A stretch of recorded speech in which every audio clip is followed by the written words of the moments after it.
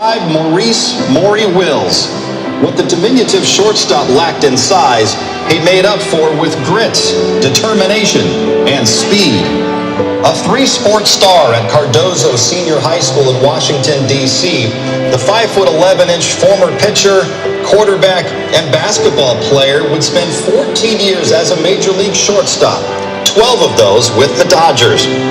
The path to the majors wasn't easy.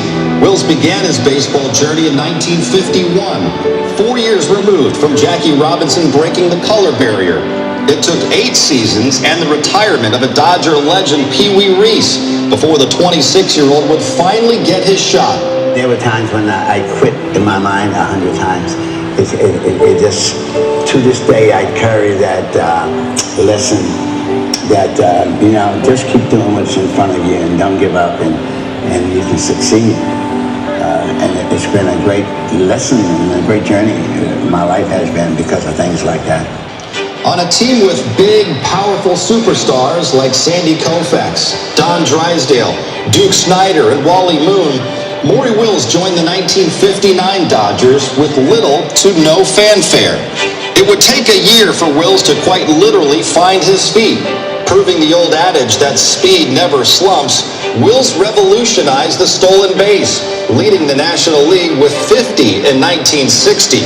The first 50 stolen base season in the National League since Max Carey in 1923 with the Pittsburgh Pirates. There were times when I would be on first base with nobody out, and the strategy called for the next hitter to bunt me over, and I would go to the manager and say, "You don't have to bunt me over. Don't waste that bunting in second. I'll steal off this guy." So I would steal second, and then they bunt me over to third. So now I got 9 ways I can score from third base with less than 2 outs. In 1962, 50,000 strong at Chavez Ravine would chant, "Go, go, go!" And Maury went. Second base, third base, 3, and on September 7th, even 4 bags a night. The fans kept chanting, and Maury just kept running. In a year when Willie Mays hit .304 with 49 home runs and 141 RBIs, and Dodger teammate Tommy Davis hit a league-high .346 and drove in a league-leading 153 runs, neither would win MVP. Who did? You guessed it, Maury Wills. And every time I see Willie Mays, he's still griping about that. I said, "Come on, Willie, you got to get over it, man. It's been too long now." But there was an award I got that year that I liked even better than the MVP in the league. Was I was voted the #1 professional athlete in the world.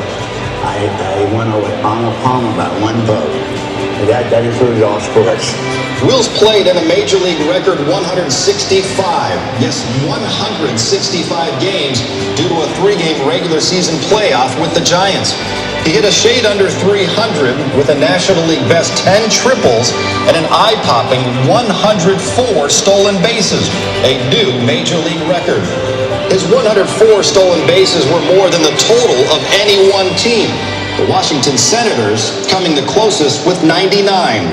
I was not stealing bases just to rack up another base, not to break a record, but to get into scoring position so I could score a run. I scored 130 runs that year, and that was the whole idea.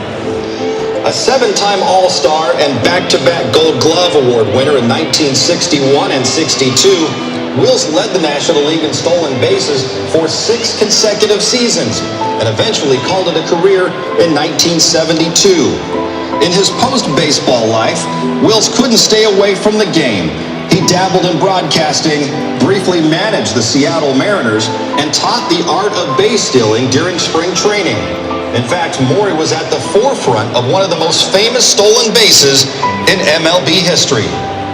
He and I were working on bunting and working on the mechanics of stealing bases, and he said, "DR, one day you're going to have to steal a base when everyone in the stadium knows you're going to steal a base, and you can't be afraid."